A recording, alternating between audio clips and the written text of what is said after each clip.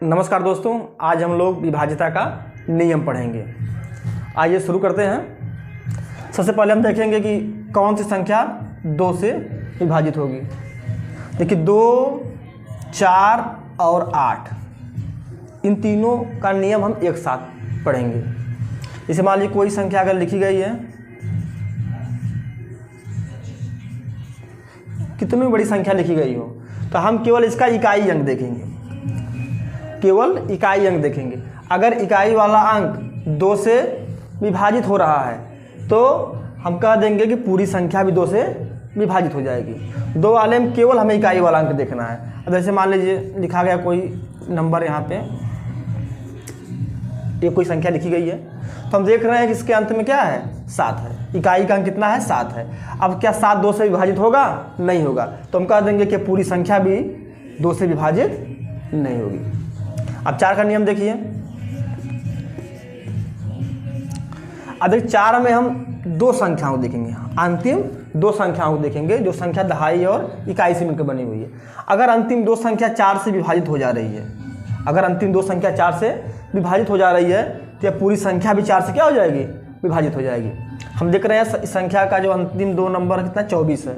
अब 24 4 से विभाजित हो जाएगा, इसलिए पूरी संख्या भी 4 से विभाजित हो जाएगी।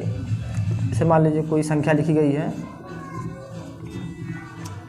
अब देख रहे हैं इसके अंतिम 2 अंकों से जो संख्या बन रही है वो 21 है। अब 21 क्या 4 से विभाजित होगी? नहीं होगी। तो यह पूरी संख्या भी 4 से विभाजित नहीं होगी। तो 2 के लिए केवल इकाई की संख्या देखेंगे, 4 के लिए अंतिम 2 संख्याओं को देखेंगे, 8 के लिए देखिए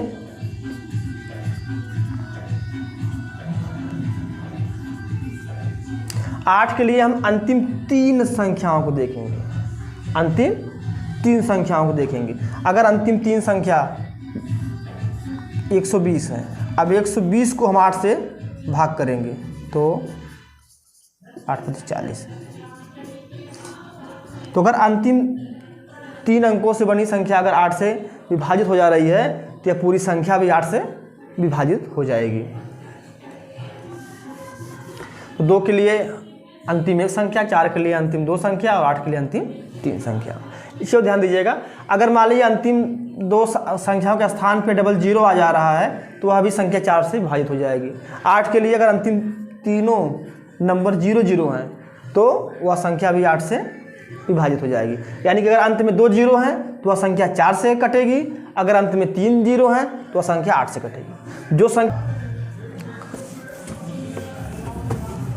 अब देखिए 3 और 9 का नियम, इसको हम एक साथ देखेंगे। जैसे मान लीजिए कोई संख्या यहाँ पे लिखी गई है,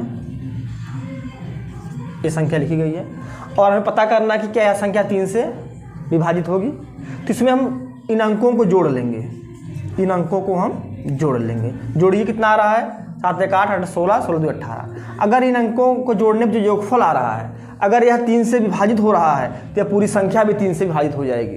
तो हम देख रहे हैं कि इस जोड़ने कितना आ रहा है, 18 आ रहा है। 18 3 से विभाजित होगा, इसलिए पूरी संख्या भी 3 से विभाजित हो जाएगी। अगर इनका योगफल 3 से विभाजित नहीं हो रहा है तो पूरी संख्या भी 3 से विभाजित नहीं होगी। 9 के लिए भी सेम नियम है।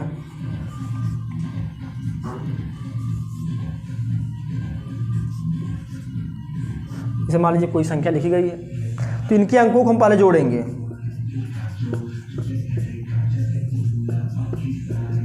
कितना आएगा, 2 11 7 18 18 7 25 25 2 27। कितना आ रहा है, 27 आ रहा है। अब 27 देखिए 9 से विभाजित हो जाएगा, इसलिए पूरी संख्या भी 9 से विभाजित हो जाएगी। तो 3 और 9 का सेम नियम है, एक ही। 5 का नियम देखिए। अब ऐसी संख्याएं जिनका इकाई का अंक या तो 0 हो या फिर 5 हो, ऐसी संख्याएं जिनका इकाई का अंक 0 हो या 5 हो, वह संख्या 5 से विभाजित हो जाएगी। जैसे मान लीजिए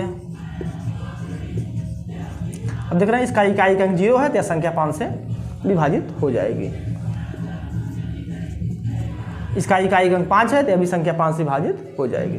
तो ऐसी संख्याएं जिनका इकाई का अंक या तो 0 हो या 5 हो तो वह सभी संख्याएं 5 से विभाजित हो जाएंगी। 6 का नियम देखिए। जो संख्याएं 2 और 3 दोनों से विभाजित हों, 2 और 3 दोनों से विभाजित हो। जैसे मान लीजिए कोई संख्या लिखी गई है, अब देखिए, अब इसका इकाई का अंक 2 है या संख्या 2 से कट रही है। अब इसको 3 से चेक करेंगे कि यह संख्या क्या 3 से भी कटेगी। आइए देखते हैं।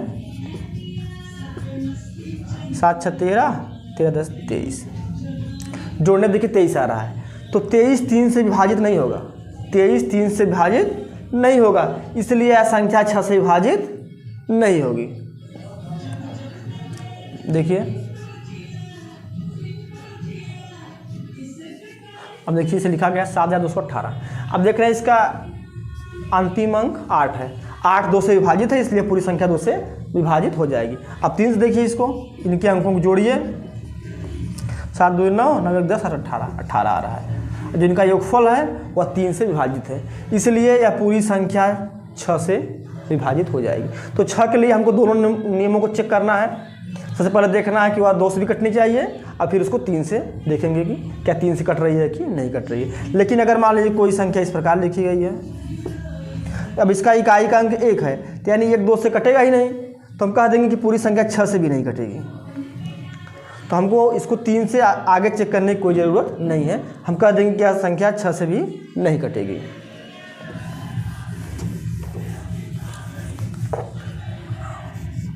अब 7 का नियम देखते हैं। अब इसे मान लीजिए इसमें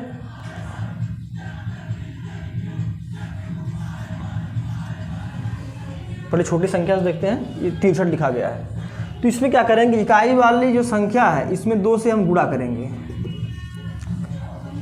इसके बाद जो शेष संख्या बच रही है इसमें से इसको घटाएंगे। तो घटाने के बाद अगर 0 आ जाए, 0 आवे या ऐसी संख्या आवे जो 7 से कटे, तभी यह संख्या 7 से कटेगी। तो यहाँ घटाने में कितना आ रहा है, 0 आ रहा है, इसलिए यह संख्या 7 से कट जाएगी। जैसे मान लीजिए ये संख्या लिखी गई है 4963, तो इसमें क्या करेंगे, पहले हम इस इकाई वाली संख्या में हम 2 से गुणा करेंगे, 6 आ गया। अब शेष संख्या जो 496 बच रही है इसमें 6 घटा देंगे, तो घटाने में कितना आएगा, ये 490 आएगा। अब देखिए अभी संख्या हमको बड़ी लग रही है, फिर से हम वही नियम अपनाएंगे, इसमें पूरा कर देंगे, कितना है 0। अब इस जो शेष संख्या बच रही है इसमें से इसको घटा देंगे, कितना आ गया 49 आ। तो 49 7 से कट जाएगा, इसलिए पूरी संख्या भी 7 से कट जाएगी। तो इस नियम को लगाएंगे, अगर लगाने के बाद भी कोई बड़ी संख्या आ रही है इस नियम को दोबारा फिर लगा देंगे हम। अब हम लोग 11 से विभाजित होने वाली संख्याओं के लिए देखेंगे कि उसके लिए क्या नियम है।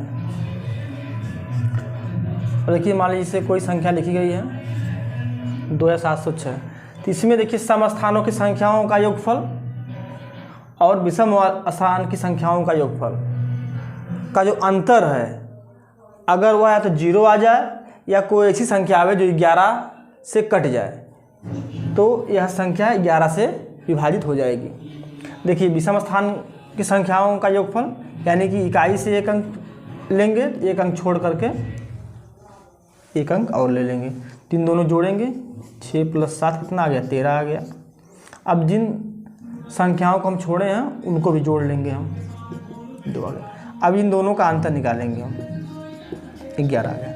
अगर ये अंतर 11 से विभाजित हो जा रहा है तो यह पूरी संख्या भी 11 से विभाजित हो जाएगी। जैसे मान लीजिए